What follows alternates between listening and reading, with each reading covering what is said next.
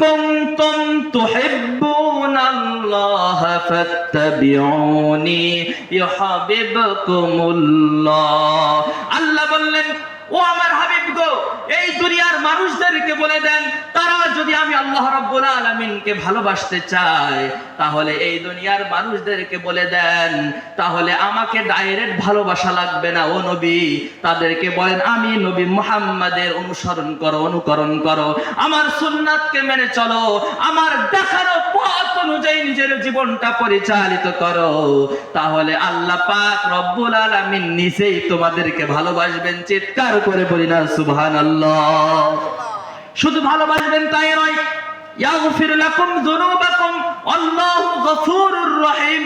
সে আল্লাহ পাক রব্বুল আলামিন তোমাদের জিন্দেগির তামাম গুনাহ খাতা maaf করে দিবেন। চিৎকার দিয়ে বলি না আযিনা লাহুর রহমানু ওয়া ক্বালা সাওয়াবা। সাদাকাল্লাহুল আযীম। وقال تعالى إن الله وملائكته يصلون على النبي يا أيها الذين آمنوا صلوا عليه وسلموا تسليما اللهم صل على محمد وعلى آل محمد كما صليت على إبراهيم وعلى آل إبراهيم إنك حميد مجيد بلغ العلا بكماله كشف الدجى بجماله حسنت جميع خصاله صلوا عليه وآله لا إله إلا الله لا إله إلا الله لا إله إلا الله لا إله إلا الله محمد رسول الله صلى الله عليه وسلم। ঐতিহ্যবাহী আড়ুয়াকান্দি দক্ষিণ পাড়া মসজিদের উদ্যোগে আজকের এই তাফসীরুল কোরআন মাহফিলের মাননীয় সভাপতি, প্রধান অতিথি, বিশেষ অতিথি সকলকে জানাই আমার অন্তরের গভীর থেকে শ্রদ্ধা, মোবারকবাদ। সম্মানিত উপস্থিতি, আজকের এই মাহফিল একটি ঐতিহ্য বহন করবে। আমরা অনেক দূর থেকে আলোচনা করতে এসেছি। এলাকাবাসী সকলকে উদ্দেশ্য করে বলি, মাহফিলের স্টেজে চলে আসুন। সরাসরি আমরা কুরআনুল কারীম থেকে আজকে আলোচনা করব। মহান রব্বুল আলামিনের বিশ্বের মহাবিশ্বয় আল কোরআনের কথা শোনার জন্য কোরআন প্রেমিকদেরকে, কোরআন ওয়ালাদেরকে, কোরআনের আশিকদেরকে আমি তলব করছি, সকলেই মাহফিলের ময়দানে চলে আসুন। আল্লাহর কোরআনুল কারীম থেকে আমরা কিছু আলোচনা শুনি। সম্মানিত উপস্থিতি, আমি যেই সূরাটা তেলাওয়াত করেছি,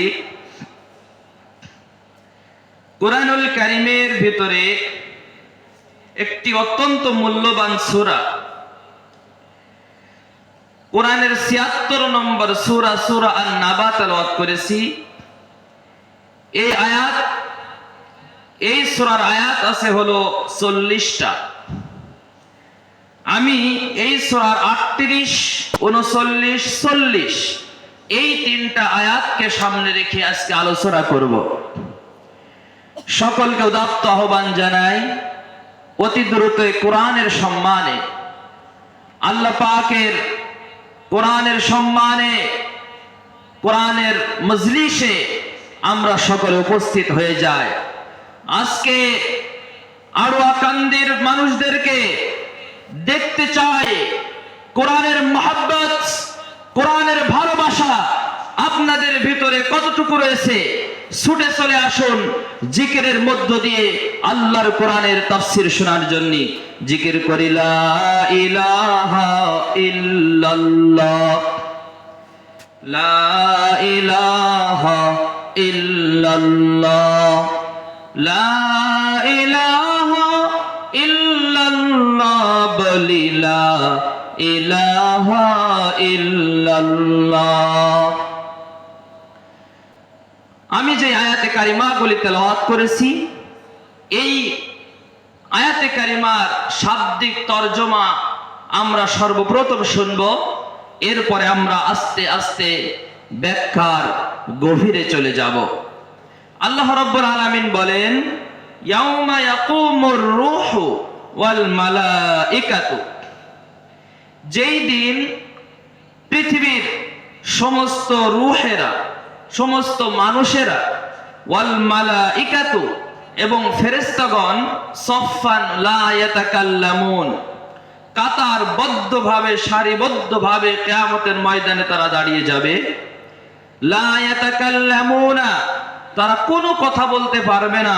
ইল্লা মান আযিনা লাহুর রহমান, তবে আল্লাহ রাব্বুল আলামিন যাকে অনুমতি দিবেন, অর্ডার দিবেন, তারাই কেবলমাত্র কথা বলতে পারবে। ওয়াকালা সাওয়াবা, এবং যেই কথাগুলি বলবে তারা সত্য কথা বলবে, সঠিক কথা বলবে। যালিকাল ইয়াউমুল হক, আর এটাই হলো সত্য দিন। ফামান শাআ আত্তাখাযা ইলা রাব্বিহি মাআবা, সুতরাং যার ইচ্ছা হয় আল্লাহ রাব্বুল আলামিনের কাছে আশ্রয়স্থল গ্রহণ করুক। ইন্না আনযারনাকুম আযাবান করিবা, নিঃসন্দেহে আমি তোমাদেরকে নিকটবর্তী আযাবের সতর্ক করছি। ইয়াউমা ইয়ানজুরুল মারউ মা কদ্দামাত ইয়াদাহু, যেদিন মানুষেরা দেখতে পারবে সে পৃথিবীতে থাকাকালীন, জীবন থাকাকালীন সে কি কামই করেছে তা সে দেখতে পারবে। ওয়ায়াকুলুল কাফিরু, সেদিন কাফেররা আফসোস করে বলবে, ইয়া লাইতানি কুনতু তুরাবা, হায় আফসোস যদি আজ মাটি হয়ে যেতাম। আড়ুয়াকান্দের ভাইরা, সকলকে উদাত্ত আহ্বান জানাই আল্লাহর কোরআনের কথাগুলি শোনার জন্য। আমি তেলাওয়াতকৃত আয়াতের শাব্দিক তরজমা পড়ে শোনালাম, এরপর আমি আপনাদেরকে তাফসীর করব, ব্যাখ্যা করে শোনাবো। যে আয়াতটি আমি তেলাওয়াত করেছি, কিয়ামতের ময়দানে আল্লাহর দরবারে কোনো ব্যক্তি থাকবে না আল্লাহর বিনা পারমিশনে আল্লাহর দরবারে মানুষদেরকে জাহান্নাম থেকে বাঁচাবার জন্য সুপারিশ করার। যেমন আল্লাহ রাব্বুল আলামিন আয়াতুল কুরসির ভিতরে বলেন, মান যাল্লাযী ইয়াশফাউ ইনদাহু ইল্লা বিইযনি, কে আছে এমন আল্লাহ রাব্বুল আলামিনের বিনা অর্ডারে, আল্লাহ পাক রব্বুল আলামিনের বিনা অনুমতিতে আল্লাহর দরবারে সুপারিশ করবে? আছে নাকি কেউ এমন? ভাইয়েরা বলেন, এমন তো কেউ থাকবে না। সেদিন শাফায়াত করার মতন কেউ থাকবে না, এমনকি কোন মানুষের উপকারে আসবে না। আমার ভাইয়েরা, আল্লাহ পাক রব্বুল আলামিন বলেছেন, ওয়ালা তাজিরু ওয়াজিরাতু উযরা উখরা, ওই কিয়ামতের ভয়ঙ্করতম মুহূর্তে কোন মানুষের কোন পাপ অন্য কোন মানুষ বহন করবে না। যে যার আমল নিয়া কিয়ামতের ময়দানে আল্লাহ পাক রব্বুল আলামিনের দরবারে হাজির হওয়া লাগবে। কলিজার টুকরা ভাইরা, এই জন্য আসুন সেই ভয়ঙ্কর কিয়ামতের জবাবদিহিতার বর্ণনা আমরা কিছু শুনি এবং আল্লাহ রাব্বুল আলামিনের ভয়, আল্লাহ পাক রব্বুল আলামিনের কিয়ামতের ভয়, জাহান্নামের ভয় নিয়ে আমরা আজকের এই মাহফিল থেকে যেন যেতে পারি, এবং এই মাহফিল যেন আমাদের হেদায়েতের ওসিলা হয়ে যায়। আল্লাহ পাক রব্বুল আলামিন কবুল করুন। ভাইয়েরা আমার, এই জন্য সূরা আন-নাবার ভিতরে আল্লাহ পাক বলছেন, ইয়াউমা ইয়াকুমুর রূহু ওয়াল মালাইকাতু সাফফান লা ইয়াতাকাল্লামুন। সেদিন কোন মানুষ, এমনকি কোন ফেরেশতা পর্যন্ত আল্লাহর অনুমতি ছাড়া আল্লাহর দরবারে কোন প্রকার সুপারিশ করতে পারবে না। আমার বন্ধুগণ, আল্লাহর নবী বলেছেন, কিয়ামতের ময়দানে ওই যে ভয়ঙ্করতম মুহূর্তে এমন ভয়ঙ্কর অবস্থা হবে সেদিন, ইয়া আইয়ুহান নাসুত্তাকু রাব্বাকুম ইন্না জালজালাতাস সাআতি শাইউন আযীম। সূরা হজ 1 নম্বর আয়াতের ভিতরে আল্লাহ পাক বললেন, ও দুনিয়ার মানুষেরা, ভালো করে লক্ষ্য করো, তোমার ওই আল্লাহ রব্বুল আলামিনকে ভয় করো, তোমাদের রব আল্লাহ রব্বুল আলামিনকে ভয় করো, আর জেনে রাখো কিয়ামতের কম্পন অত্যন্ত ভয়ঙ্কর। কেমন ভয়ঙ্কর? পরবর্তী আয়াতে আল্লাহ রব্বুল আলামিন জানাচ্ছেন মানুষদেরকে, ইয়াউমা তারাউনাহা তাযহালু কুল্লু মুরদিআতিন আম্মা আরদাআত ওয়া তাদউ কুল্লু যাতি হামলিন হামলাহা ওয়া তারান নাস সুকারা ওয়া মা হুম বিসুকারা ওয়ালাকিন্না আযাবাল্লাহি শাদীদ।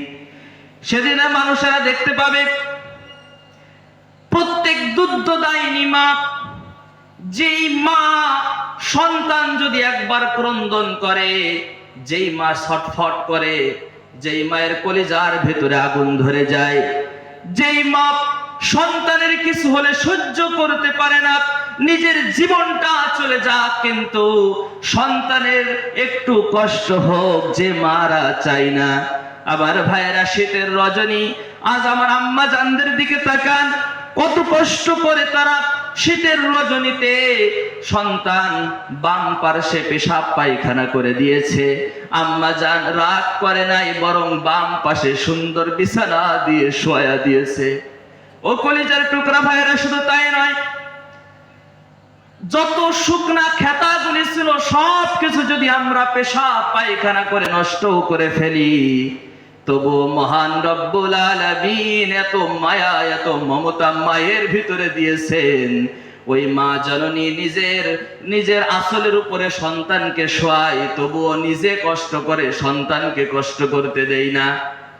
আমার ভাইয়েরা, আম্মা জানেরা সন্তানের প্রতি কতটা দুর্বল, কাজ করতেছে, গুরুত্বপূর্ণ কাজ করতেছে, সন্তান কেঁদে উঠেছে, দুনিয়ার সমস্ত কাজ কারবার ফেলে তুই আগে সন্তানকে নেয়। কি কথা বলুন, ঠিক কিনা? এই মায়েরা যখন কিয়ামত কায়েম হয়ে যাবে, যখন কিয়ামত কায়েম হয়ে যাবে, কিয়ামতের ওই ভয়ঙ্কর দৃশ্য দেখার পর এই দুধ দাইনি মায়েরা নিজেদের দুধ পোষ্য শিশুর কথাও ভুলে যাবে। নাউজুবিল্লাহ মিন যালিক। বন্ধুগণ আমার, ভালো করে লক্ষ্য করুন, শুধু কি তাই নাকি? আল্লাহ পাক রব্বুল আলামিন বলেন, যেই মায়েদের গর্ভের ভিতরে 3 মাসের অপরিপক্ক অপরিণত বাচ্চা রয়েছে, কিয়ামতের ভয়ঙ্কর দৃশ্য দেখার পর ওই 3 মাসের অপরিপক্ক অপরিণত বাচ্চাগুলি পর্যন্ত ডেলিভারি হয়ে যাবে। আমার ভাইয়েরা, শুধু তাই নয়, সূরা আবাসার ভিতরে আল্লাহ রাব্বুল আলামিন জানিয়ে দিয়েছেন, ইয়াউমা ইয়াফিরুল মারউ মিন আখিহি ওয়া উম্মিহি ওয়া আবি ওয়া সাহিবাতিহি ওয়া বানি। সেই কিয়ামতের ময়দানে নিজের আপন ভাই পর্যন্ত দৌড়াবে, পালিয়ে যাবে, এমনকি নিজের আপন স্ত্রী, কলিজার টুকরা স্ত্রী পর্যন্ত স্বামীকে দেখার সঙ্গে দ্রুত পালিয়ে যাবে। শুধু তাই নয়, নিজের আপন সন্তান পর্যন্ত পালিয়ে যাবে। ও কলিজার টুকরা ভাইরা, ভালো করে লক্ষ্য করুন সেই কিয়ামতের কথা। আজ দুনিয়াতে আমরা আছি, আমাদের কোনো দিক খেয়াল নাই। দুনিয়ার মোহে, দুনিয়ার এই লালসাময় জীবনে আমরা আল্লাহ রাব্বুল আলামিনকে ভুলে গিয়েছি। আল্লাহ রাব্বুল আলামিনের কথা আজ আমরা স্মরণ করি না। আল্লাহর জাহান্নামের ভয় আজ আমাদের ভিতরে আসে না, যার কারণে হালাল নাই, হারাম নাই, হালাল হারাম বেছে আমরা চলি না। আমার ভাইরা, যদি জাহান্নামের ভয়, আল্লাহর ভয় আমাদের ভিতরে থাকতো, তাহলে প্রতিটা মানুষ আল্লাহর দ্বীনের উপরে চলে আসতো। কথা বলুন ঠিক কিনা? আমার ভাইয়েরা, সেই কিয়ামতের ময়দান কত যে ভয়ঙ্কর, কত যে কষ্টকর। আল্লাহর নবী বলেছেন, কিয়ামতের ময়দানে প্রতিটা মানুষকে যখন সিংহায় ফুৎকার দেওয়া হবে, প্রতিটা মানুষ উলঙ্গ অবস্থায় আল্লাহর দরবারে উঠবে কিয়ামতের ময়দানে। কারোর পরনে কোনো কাপড় থাকবে না, কারোর পায়ে কোনো স্যান্ডেল থাকবে না, মাত্র পায়ের আঙ্গুলের উপরে ভর করে দাঁড়ানোর মতন একটুখানি জায়গা পেয়ে যাবে। আমার ভাইরা, হযরতে আয়েশা সিদ্দিকা রাদিয়াল্লাহু আনহা বলতেছেন, ইয়া রাসূলুল্লাহি, যদি এই সিচুয়েশন হয় কিয়ামতের ময়দানে, তাহলে এটা কি লজ্জার কোনো বিষয় হবে না? আল্লাহর নবী বলেছেন, আয়েশা রে, ভালো করে শোনো, কিয়ামতের ময়দান এতটা ভয়ঙ্কর হবে, ওই যে 9,30,00,000 মাইল দূরে যে সূর্যটা দেখছো, ওই সূর্যটা মানুষের এক বিদ্যেক মাথার উপরে চলে আসবে। জমিন পুড়ে তামার মতন হয়ে যাবে, মাথার মগজগুলি টকবক করে ফুটতে থাকবে এবং মানুষের পিছনের দর দিয়ে বেয়ে বেয়ে পড়ে যাবে। বলি নাউজুবিল্লাহ। কলিজার টুকরা ভাইয়েরা, এই ভয়ঙ্করতম মুহূর্তে কেউ নাই আল্লাহ রাব্বুল আলামিনের কাছে বলবে, আল্লাহ গো, হিসাব শুরু করো। হিসাব শুরু হবে না অত সহজে। মানুষেরা দাঁড়িয়ে থাকবে, বসার সময় পাবে না, বসার জায়গা পাবে না। এইভাবে করে 50,000 বছর ধরে তারা দাঁড়িয়ে থাকবে। ও ভাইরা, আমল যদি ভালো না হয়, কিয়ামতের ময়দানে আল্লাহর দরবারে ধরা পড়া লাগবে। 50,000 বছর ধরে মানুষ দাঁড়িয়ে থাকবে, বিচার শুরু হবে না, বিচার শুরু হয় না, বিচার শুরু হয় না। এমন অবস্থায় মানুষ তো হয়রান হয়ে যাবে। এমনকি মানুষেরা বলতে থাকবে, হাই, বিচারের পরে যদি জাহান্নামেও যায়, তবুও যেন বিচার শুরু হোক। বিচারের এই কষ্ট তো আর সহ্য হয় না। কখন আল্লাহ বিচার শুরু করবে? আল্লাহর দরবারে ইচ্ছা করলেই কি বলা যাবে আল্লাহ বিচার শুরু করো? বলেন, বলা যাবে? কখনোই বলা যাবে না। হাসরবাসীরা একে অন্যকে বলবে, কে যাবে আল্লাহ রাব্বুল আলামিনের দরবারে? আল্লাহর কাছে একটিবার বলবে, আল্লাহ যেন বিচারের কাজটা শুরু করে দেয়। হাসরবাসীদের মধ্য থেকে যারা জ্ঞানবান, তারা বলবে, আচ্ছা চলো, আল্লাহর নবীদের কাছে চলো। আল্লাহ পাকের সব থেকে নিকটবর্তী যে উম্মত গুলি রয়েছে, এই নিকটবর্তী আল্লাহ পাকের বান্দা যারা রয়েছে, আল্লাহর নবীদের কাছে যে চলো, আল্লাহর নবীদের কাছে বলি, আল্লাহ যেন বিচারটা শুরু করেন। কমপক্ষে সর্বপ্রথম হযরত আদম আলাইহিস সালামের কাছে হাসরবাসীরা দৌড়াবে। হযরত আদম আলাইহিস সালামকে যে বলবে, ওগো আল্লাহর নবী, আল্লাহ পাক রব্বুল আলামিন তো আপনাকে নিজ হাতে সৃষ্টি করেছেন, আপনাকে ফেরেশতাদের মাধ্যমে আল্লাহ রব্বুল আলামিন তো আপনাকে সিজদা করিয়েছেন। এই পৃথিবীর যাবতীয় সমস্ত বস্তুর নাম শিক্ষা দিয়েছেন। এই পৃথিবীর সকলের আদি পিতা করে আপনাকে তো সম্মানিত করেছেন, আপনি একটু আল্লাহর দরবারে সুপারিশ করুন, যাতে করে আল্লাহ পাক রব্বুল আলামিন কমপক্ষে বিচারের কাজটা শুরু করে। হযরত আদম আলাইহিস সালাম বললেন, আমি তো পারবো না, কারণ সামান্য একটি অপরাধ করার কারণে, সামান্য একটি ফল খাওয়ার অপরাধে আল্লাহ পাক রব্বুল আলামিন আমাকে দুনিয়াতে পাঠিয়ে দিয়েছেন। না জানি আল্লাহ পাক রব্বুল আলামিন আজ আমার সঙ্গে কি ব্যবহার করেন। যাও, চলে যাও আমার পরবর্তী নবী হযরতে নূহ আলাইহিস সালামের কাছে। সকল হাসরবাসীরা হযরতে নূহ আলাইহিস সালামের কাছে যাবে। হযরতে নূহ আলাইহিস সালামও অপারগতা প্রকাশ করবে আর বলবে, আমি পারবো না। তার কারণ, আমি যখন আমার কওমের বিপক্ষে আল্লাহর দরবারে বদদুয়া করেছিলাম যে আল্লাহ, যারা ঈমান আনেনি তাদেরকে আপনি ধ্বংস করে দেন, তখন আল্লাহ পাক যখন মহাপ্লাবনে আমার উম্মতদেরকে ধ্বংস করে দিলেন, তখন আমি আমার সন্তান কেনানের জন্য দোয়া করেছিলাম, আল্লাহ ওই কেনান তো আমার সন্তান, সুতরাং আপনি তাকে মাফ করে দেন। কিন্তু কেনান তখনও পর্যন্ত ঈমান আনেনি। ঈমান না আনার কারণে ওই যে কেনানের জন্য আমি যে দোয়া করেছি, না জানি কোন কাফেরের জন্য দোয়া করার কারণে আল্লাহ পাক আজ আমাকে ধরে কিনা, এই ভয়ে আছি। সুতরাং চলে যাও আল্লাহর খলিল হযরত ইব্রাহিম আলাইহিস সালামের কাছে চলে যাও, যে ইব্রাহিমকে আল্লাহ পাক নিজের খলিল সাব্যস্ত করেছেন। চিৎকার দিয়ে বলি না সুবহানাল্লাহ। ইব্রাহিম আলাইহিস সালাম হলেন আমাদের জাতির পিতা, কথা বলুন ঠিক কিনা?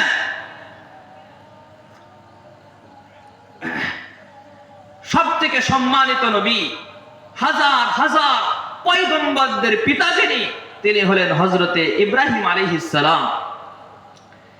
তিনি এই খলিল উপাধি এমনি এমনি পায় নাই, চূড়ান্ত তার পরীক্ষা দেওয়া লেগেছে, ঠিক কিনা বলেন?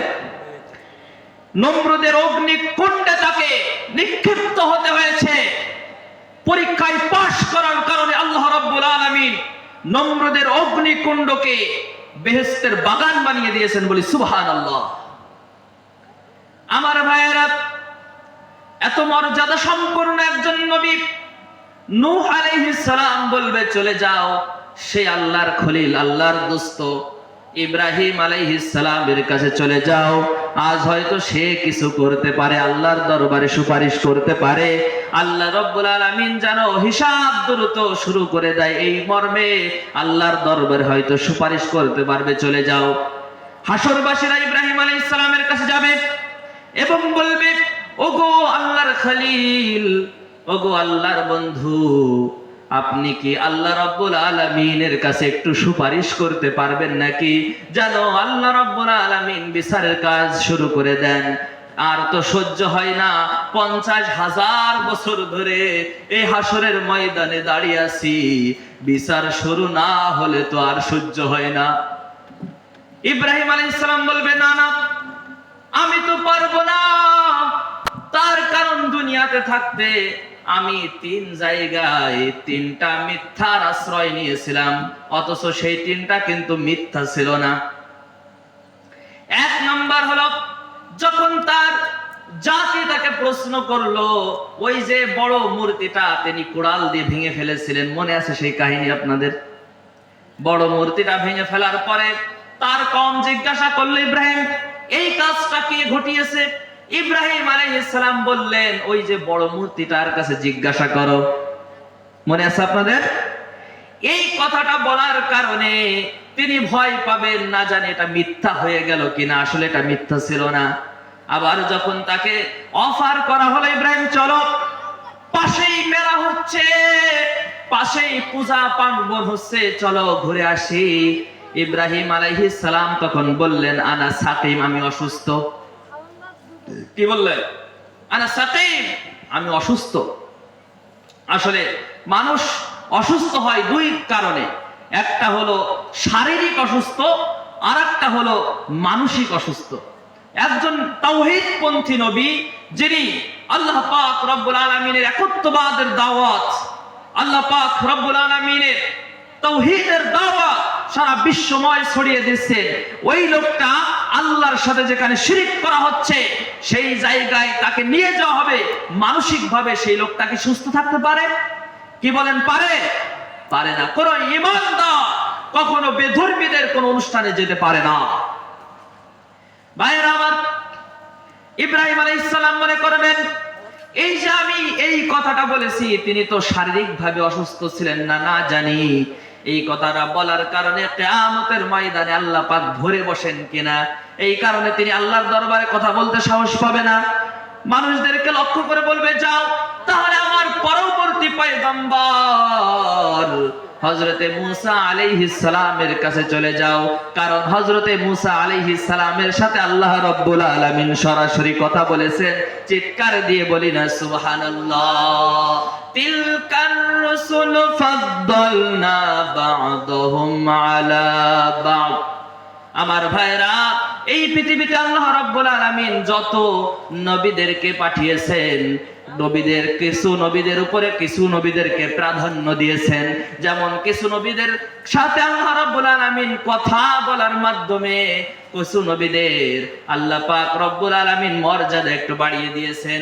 এই জন্য হযরত ইব্রাহিম আলাইহিস সালাম বলবেন, চলে যাও আমার পরবর্তী পয়গম্বর জলিলুল কদর পয়গম্বর, যার সাথে আল্লাহ পাক রব্বুল আলামিন কথা বলেছেন, সম্মানিত নবী হযরতে মূসা আলাইহিস সালামের কাছে চলে যাও। আমার ভাইয়েরা, সকল হাসরবাসীরা চিন্তা নিয়া, পেরেশানি নিয়া কে আজ আল্লাহর কাছে সুপারিশ করবে, এই চিন্তা মগ্ন নিয়া হযরতে মূসা আলাইহিস সালামের কাছে দৌড়ে চলে যাবে। হযরতে মূসা আলাইহিস সালাম বললেন, আমি তো পারবো না। তার কারণ হলো ওই যে কিবতী বংশের এক লোককে আমি একটা ঘুষি দিয়া দুনিয়া থেকে বিদায় করে দিয়েছিলাম, যার কারণে না জানি আজ আল্লাহ পাক রব্বুল আলামিন আমাকে ধরে বসেন কিনা, এই ভয় আছে আমি। চিন্তা করুন, নবীরা পর্যন্ত সামান্য ত্রুটি নিয়া আল্লাহ রব্বুল আলামিনের দরবারে কিভাবে মুখ দেখাবে, পেরেশান ইয়া নাফসি করতে থাকবে। সেদিন আমার আপনার কি হবে? যারা বেনামাজি হয়ে ঘুরে বেড়ায়, যারা আল্লাহর হুকুমকে মানে না, যারা আল্লাহর কোরআনের জ্ঞান নিজেরাও অন্বেষণ করি না, ছেলে মেয়েকেও দিই না, কি জবাব দিবেন কিয়ামতে? আমার ভাইয়েরা, হযরতে মূসা আলাইহিস সালাম বলবে, যাও চলে যাও আমার পরবর্তী পয়গম্বর, যাকে আল্লাহ পাক রব্বুল আলামিন একটি স্পেশালি মর্যাদা দান করেছেন, হযরতে ঈসা আলাইহিস সালামের কাছে চলে যাও।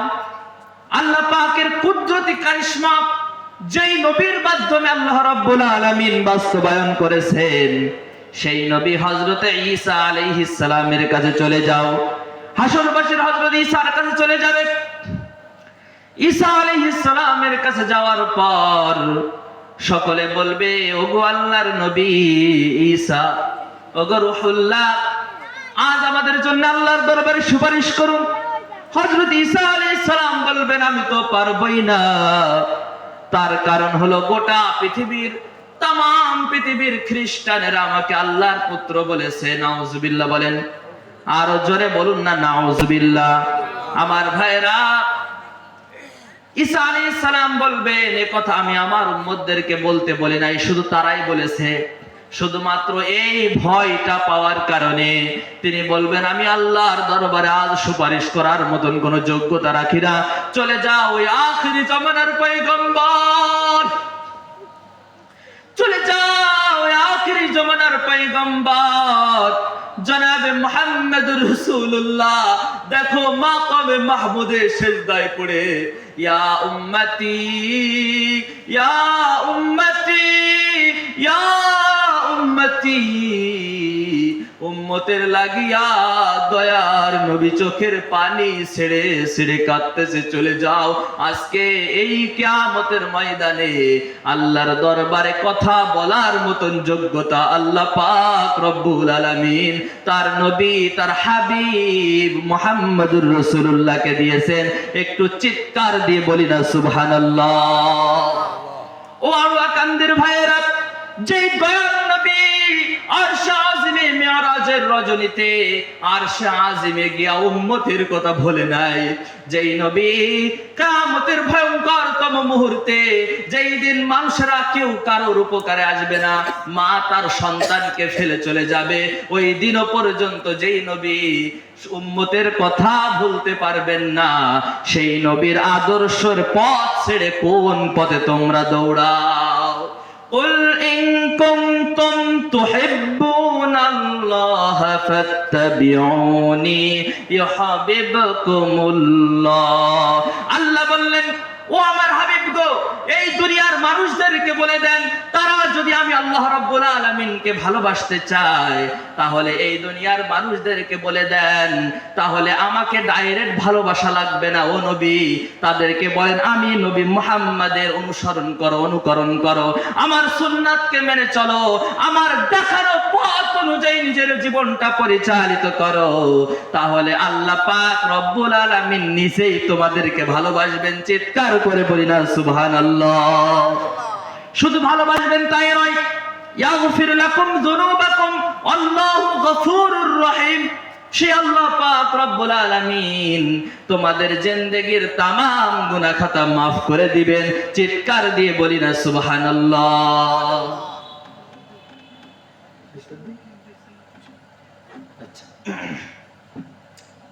সম্মানিত ভাইয়েরা, বিরক্ত হচ্ছেন নাকি? আল্লাহর কোরআনের কথা শুনতে মজা লাগে না বলেন? আল্লাহর কোরআনের কথা শুনতে যেমন মজা লাগে, এই কোরআন যদি মানতে পারি, আল্লাহ পাক রব্বুল আলামিন চির মজার জায়গা, চির বসন্তের জায়গা জান্নাত দান করবেন বলে সুবহানাল্লাহ। ওই জান্নাত পাইতে আমরা রাজি আছি তো? সকলে বলেন রাজি আছি তো? কে কে রাজি আছে দেখি আল্লাহকে দেখান। নারায়ে তাকবীর, নারায়ে তাকবীর। আল কোরআনের আলো, আল হাদিসের আলো, নারায়ে তাকবীর। হাত নামান। আল্লাহ রাব্বুল আলামিন আমাদের সকলকেই জান্নাতের মেহমান করুন। সকল বলে আমিন। আমার ভাইয়েরা, সময় অল্প, এখনই শেষ করে দেব। যখন হাসরবাসীরা সকলে মিলে আল্লাহ রাব্বুল আলামিনের হাবিব জনাবে মুহাম্মদুর রাসূলুল্লাহর দরবারে আসবে, তখন সমস্ত মানুষদেরকে নিয়ে বলবে, আসো, আজ আমার আল্লাহ পাক রব্বুল আলামিন সুপারিশ করার মতন যোগ্যতা দান করে দিয়েছেন, চলো আমরা সকলে মিলে আল্লাহর দরবারে যে সুপারিশ করব। আজ যেন আল্লাহ পাক রব্বুল আলামিন বিচারের কাজটা কমপক্ষে শুরু করে দেন। আল্লাহর নবী মাকামে মাহমুদের ভিতরে সিজদায় পড়ে যাবেন। হাদিস শরীফের ভিতরে এসেছে, ওই সময় আল্লাহর নবীর মুখ দিয়া আল্লাহ পাকের এমন এমন প্রশংসা আল্লাহ পাক বের করে দিবেন, ইতিপূর্বে কোন মাখলুক, কোন আল্লাহ পাকের কোন সৃষ্টি এত সুন্দর প্রশংসা করে নাই। আল্লাহ পাক বলবেন, হাবিব আমার, মাথা উঠান, চোখ আর কান্নাকাটির দরকার নাই, আপনি সুপারিশ করুন, আজ আপনার সুপারিশ গৃহীত হবে। সুতরাং আপনি আজকে যা চাইবেন, আজকে আমি আল্লাহ রাব্বুল আলামিন তাই আপনাকে দান করে দিব। হাদিস শরীফের ভিতরে এসেছে, আল্লাহর নবী আল্লাহ পাক রব্বুল আলামিনের দরবারে তার উম্মতদের জন্য, তার উম্মতদেরকে জাহান্নাম থেকে maaf করে দেওয়ার জন্য বলবেন।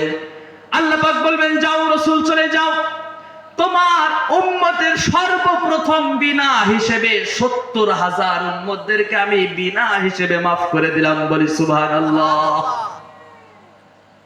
হাদিসের পরবর্তী অংশে এসেছে, শুধু ৭০,০০০ নয়, এই ৭০,০০০-এর এক এক হাজারের সাথে আরো ৭০,০০০ উম্মতদেরকে আল্লাহ পাক রব্বুল আলামিন maaf করে দিবেন। আমি এটাকে ক্যালকুলেশন করলাম যে ৭০,০০০-এর সঙ্গে আরো ৭০,০০০ যদি হয়, যদি গুণ দেওয়া হয়, তাহলে কত হতে পারে? তো আমি যেটা পেয়েছি, প্রায় ৪৯০ কোটি, অর্থাৎ 4.9 বিলিয়ন মানুষকে আল্লাহ পাক রব্বুল আলামিন তার হাবিবের শাফাআতে প্রথমে বিনা হিসেবে আল্লাহ জান্নাত দান করে দেবেন বলি সুবহানাল্লাহ। বন্ধুগণ আমার, এজন্য সেই দিন কিয়ামতের ময়দানে আমরা যেন রাসূলের সুপারিশের মাধ্যমে বিনা হিসেবে জান্নাতে যেতে পারি। আল্লাহর রহমত দ্বারা, আল্লাহ রাব্বুল আলামিনের করুণা দ্বারা আমরা যেন সকলেই জান্নাতে যেতে পারি। আল্লাহ পাক রব্বুল আলামিন তৌফিক দান করুন। এই বলে আমার বক্তব্য আমি এখানেই শেষ করছি এবং সকলের কাছে দোয়া নিয়ে আল্লাহ পাক যেন আপনাদের দোয়ায়, আল্লাহ পাকের মেহেরবানিতে সারা বাংলাদেশে কোরআনুল কারীমের এই দাওয়াতকে পৌঁছে দিতে পারি। সকলের কাছে দোয়া নিয়ে আমার বক্তব্য আমি এখানেই শেষ করছি। ওয়া আখিরু দাওয়ানা আনিল হামদুলিল্লাহি রাব্বিল আলামিন।